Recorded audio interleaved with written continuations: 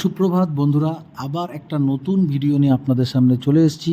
চুলের ম্যাজিক তেল, ঘরোয়া পদ্ধতিতে এই ম্যাজিক তেলটা কিভাবে বানাবেন সেই পদ্ধতিটা আপনাদের সামনে তুলে ধরলাম।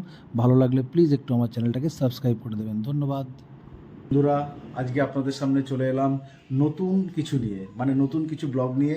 আজকে আপনাদেরকে শেয়ার করব একটা নতুন জিনিস। তো জানতে হলে পুরো ভিডিওটা আমার সাথে থাকুন, স্কিপ না করে। আর ভালো লাগলে অবশ্যই কমেন্টস করে কিন্তু জানাবেন। আর যদি উপকারও পান তাহলে কমেন্টস করে আমাকে জানাবেন যে এই জিনিসটা ইউজ করে আপনি উপকার পেয়েছেন। তো আজকে যেটা আপনাদের দেখাবো সেটা হচ্ছে মাথার চুলের তেল। মাথার চুলের তেল বাড়িতে আপনি সুন্দরভাবে কীভাবে বানিয়ে নিতে পারেন।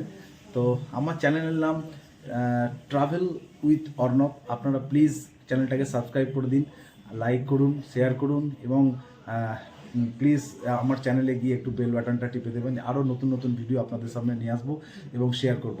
মাথার চুলের তেল যেটা বলছিলাম সেটা কিভাবে আপনারা বানাবেন, কি কি উপকরণ দিয়ে বানাবেন সেই উপকরণগুলো আপনাকে দেখাবো। আর একটা জিনিস না বললেই নয়, বর্তমানে সমস্ত তেলই বাজার থেকে যেগুলো আমরা কিনি, কোনটা ভালো কোনটা খারাপ আমরা বুঝি না বা জানি না। তো তারই মধ্যে শালিমার একটা দুর্ধর্ষ brand, pure coconut oil, Shalimar ব্র্যান্ডটাকে আমি ইউজ করেছি এই তেলটা বানানোর জন্য। তো প্লিজ জানতে হলে পুরো ভিডিওটা দেখুন, এর তৈরি করার পদ্ধতিটাও আপনাদেরকে দেখাবো। ধন্যবাদ। তেল বানানোর সমস্ত উপকরণগুলো নিয়ে আমি চলে এসেছি আপনাদের সামনে। দেখুন এই তেলটা বানানোর জন্য কী কী উপকরণ লাগে। প্রথমেই যেটা লাগবে সেটা হচ্ছে শালিমার কোকোনাট অয়েল।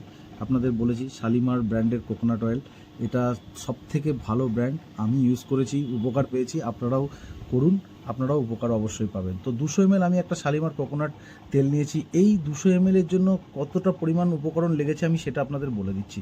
2 চামচ মতো মেথি নিয়েছি, 1.5 চামচ মতো কালো জিরে নিয়েছি, 7 থেকে 8টা জবা ফুল নিয়েছি, একটা মোটামুটি মিডিয়াম সাইজের পেঁয়াজ সেটাকে কেটে নিয়েছি, আর নিয়েছি কারি পাতা।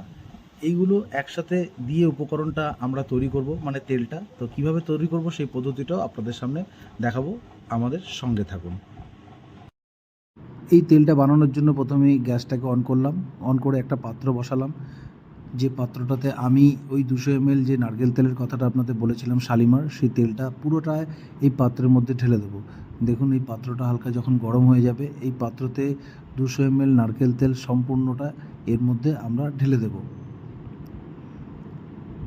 সম্পূর্ণ 200 ml নারকেল তেল এর মধ্যে ঢেলে দেওয়ার পরে তেলটা যখন হালকা গরম হয়ে যাবে, আর মাথায় রাখবেন ফ্লেমটা সবসময় লো ফ্লেমেই রাখবো, হাই ফ্লেম কখনো দেব না।